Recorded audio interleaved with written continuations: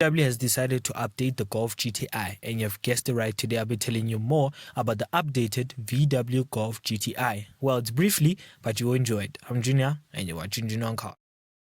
Read the title right, the VW Golf GTI will be getting an update. Well, not only the GTI and also the GTI R version, or let me say the Golf GTI R, and also the normal Golf. While the 2024, yes, it is this year, not 2025 or 2026.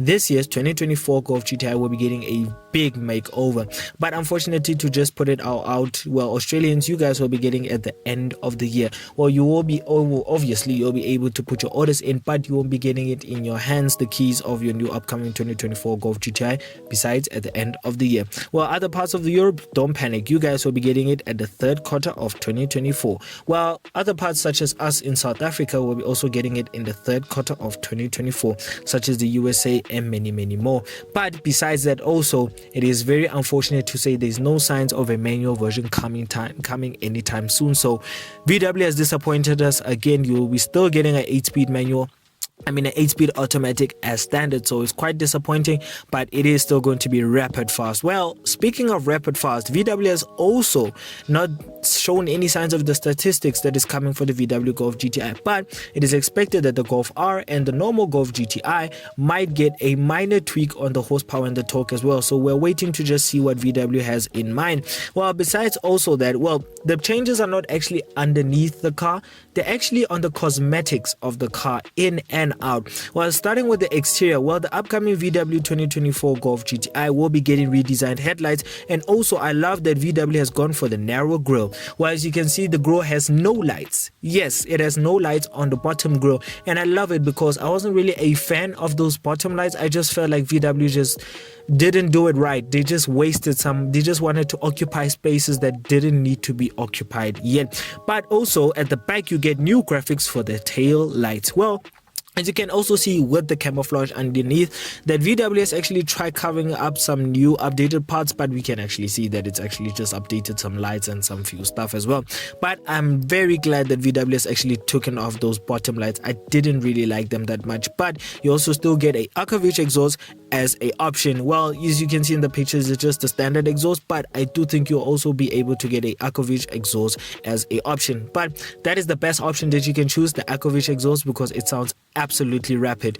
But also the taillights at the back, I do love that VW has actually tried shortening them a little bit, but it is not a big problem. It still looks cool at the back, and it still looks like a sports hatchback. Well, I call it a sports hatchback, and I still think it's going to be all-wheel drive, so still gonna get good launch control and everything else. But like I said, VW has actually said nothing about the tweaking of the power and the horsepower, so we also might get a better changing in the gears. Well, there's no problem with it with the pedals. I still think that VW could improve the changing of the pedals a little bit much more faster, let me say like that, to make it a little bit much more faster to snap the gears very good. But let's leave the exterior because there's nothing really much to say besides the deleted lights at the bottom of the grille. I love that. It looks very minimalistic. Also love that they're also giving it some air to breathe for the radiator as well. But let's leave the exterior, let's jump into the interior. And as we can see, the dashboard has been changed dramatically. Well, VW actually decided to really update the dashboard of the upcoming VW Golf GTI. Well, personally, I'm not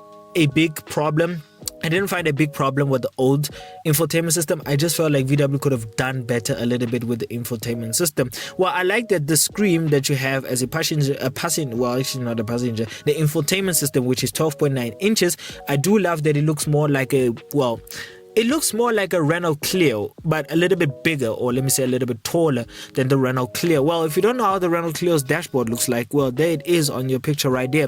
But it doesn't look like the Renault Clio's dashboard. I'm just saying, like, the screen that you have, the infotainment system, almost looks similar to the Renault Clio's one. Well, the stepped up Renault Clio, the higher version of it, not the normal version, because the normal version is looking like a telegram screen on the infotainment system. But that's not the big thing. I do love that they gave it a 12.9 inch infotainment system. And yes, as standard, you still get Apple CarPlay, and also Android Auto, and also you do get SatNav and everything else. So it's still going to be very good. And VW will also be available with ambient lighting, the VW Golf GTI, as a navigate for the minor controls at night. Yes, VW has ditched the touch sensitive controls that you have on the steering wheel, which is a good idea because as a driver, I don't think it will be very suitable. It wasn't very nice that you could drive and let me say you're driving a little bit too fast and you just end up changing your music or maybe calling someone that you didn't want to call at the end of the day or you hate.